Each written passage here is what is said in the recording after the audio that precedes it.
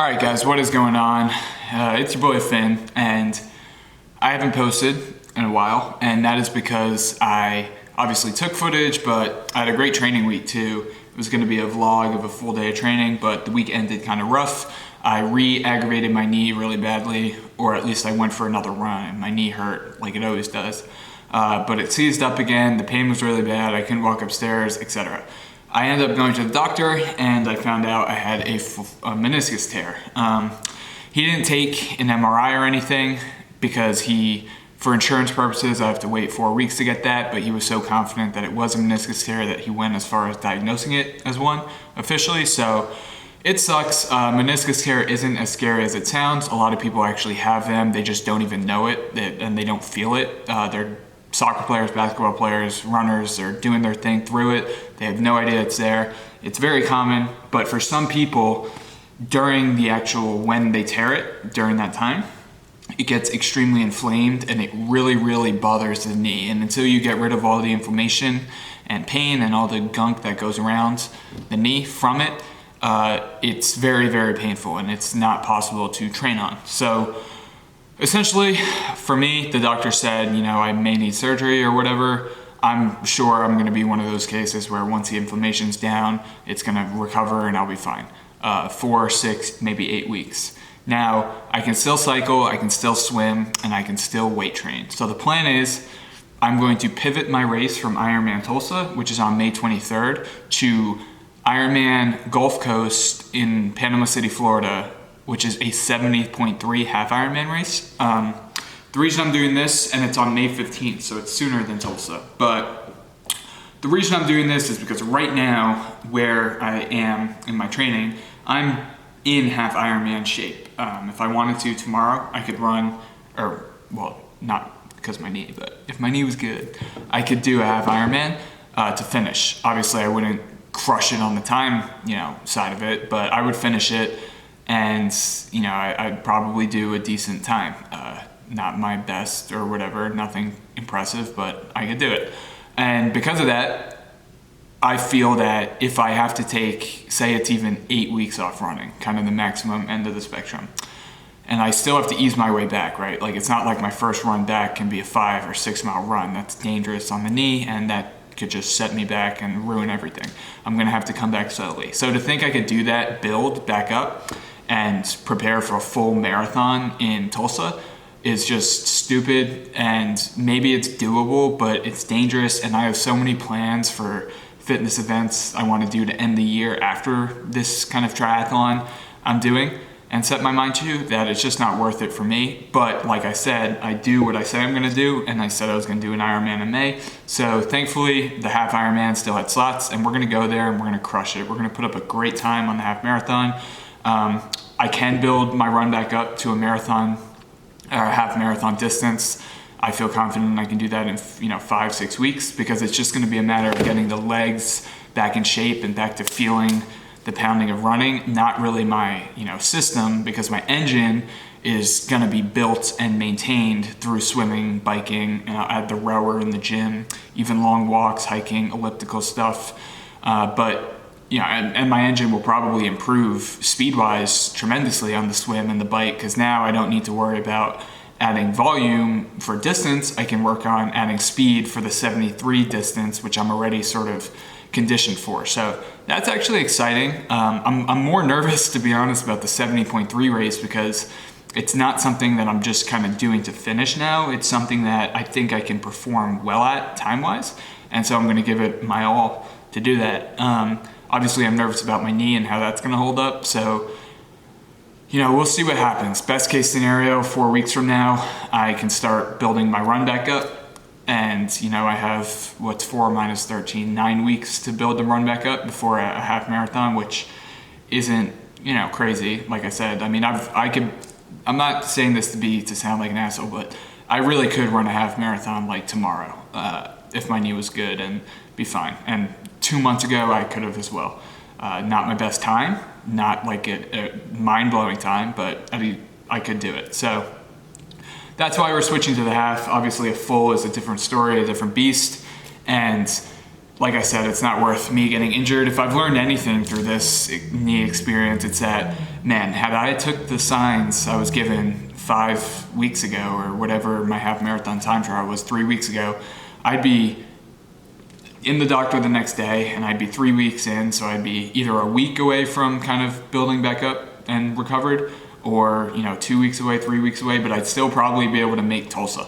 And so you live, you learn. It's a blessing and a curse, my sort of mentality of always trying to push through things.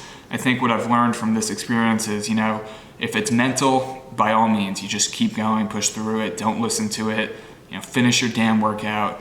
If it's physical in the sense of soreness or aches or little things, same thing. But if it's pain, and distinguishing pain from aches is something you gotta do, stop. Die to live to die another day, whatever that saying is, because it's really not worth it. For me, it probably set me back quite a bit. And, I've had knee surgeries in the past. In 2016, I actually tore cartilage, so basically I broke my kneecap and did my MCL at the same time.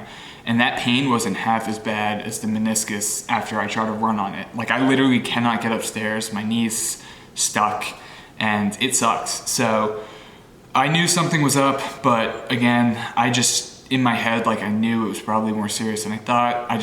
For some reason, I didn't want to hear it from a doctor. I wanted to keep going. I was stupid. And so we're happy we learned that lesson, and I'm thankful that I still have time, and I'm still gonna do this half Ironman regardless, and I'm still gonna document the training. It's still gonna be cool, super sick. Panama City's great. It's a flat bike. I'm gonna freaking fly. And then after, we're gonna transition. One thing, I'm looking at the benefits here. It does break my heart I can't do a full Ironman, because I would have been damn sick. But I'm gonna be able to spend more time in the gym, because the training time dedicated for triathlon is gonna be a little lower. So I'm gonna be able to build size.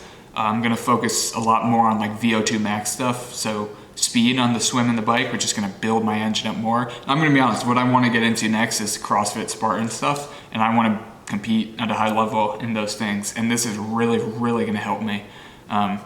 One, because I can keep the size, but my engine is still gonna be built, very, very well. So that's exciting. And I have, lastly, I'll end this with kind of a little speech or story on recovery. So I've taken the last 3 days off per the doctor's recommendation, and tomorrow I get back into it. I have an hour swim and a lift, strength session, and I feel like I'm gonna be very fresh tomorrow. I feel great, but I have this underlying fatigue in me. And it's not because of the volume of training from this Ironman prep. It's because the volume of training I've put on since COVID happened. I was very fortunate to have access to a gym. And immediately, once I realized the pandemic was gonna be a thing, I was like, I'm gonna get in the best shape of my life, I'm gonna cut. So I was training an hour a day, and when you cut, you're not giving your body the nutrients it needs. I was doing it bodybuilding style, so I was very hungry. I'll throw pictures of the screen. I got to 6% body fat, which is not healthy. And instead of building back up to maintenance and getting my body healthy again, I was like, man, screw this. Honestly, this bodybuilding stuff sucks. There's no competition to it. And this isn't to bash on bodybuilding. This is just what I thought. It's it's really just, no one can tell the difference if you're 6 or 10% body fat except you. It messes with your head and you don't feel good. I want to compete. I want to do something sick. So I got into bodybuilding, calisthenics, CrossFit, performance, sprinting, rowing, all this stuff. And I just had a blast, but I was doing it all on my own. But I was still doing it on the fixed mindset of not eating to perform, but eating to kind of stay lean, which I would have stayed lean anyway had I eaten to perform correctly, but I didn't learn that yet. So that was affecting my body kind of at an underlying level.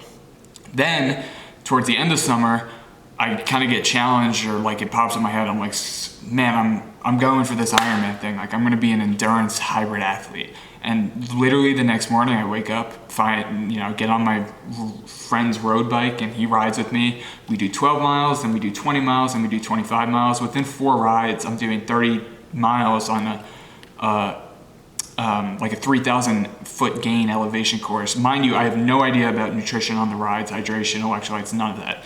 So I'm beating myself up even though I was obviously building an engine and getting better, there were side effects and repercussions to that because I just kept going, didn't know what to do, and I never prioritized recovery until I learned more about Ironman training recently.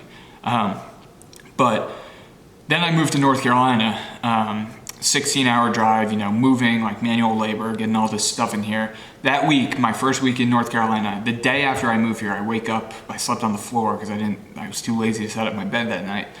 I did 100 miles running in that week. The next week, I find a coach, start swimming. Now I'm training like 2.5, 3 hours every day. And if I'm not, doing that volume, I'm still going for like an hour to do mobility and all this stuff. And basically what I'm getting at is,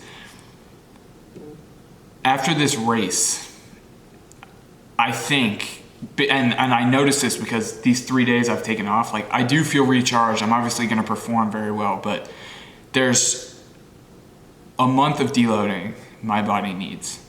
And I look forward to seeing what happens after that, because I think just the engine I built so quickly, I think once it gets a chance to like fill up and really like absorb, and to some that may not make sense, but some people who have been there are going to know exactly what I'm talking about. I think that's going to be sick, and I think it's going to translate to some good stuff. But anyway, I'm wrapping up this video with a couple things. Guys, understand rest and recovery is important. Overtraining will lead to injury, and overtraining and then being ignorant about pain rather than an ache will lead to injury. So, and it's just not worth it. I appreciate you guys watching.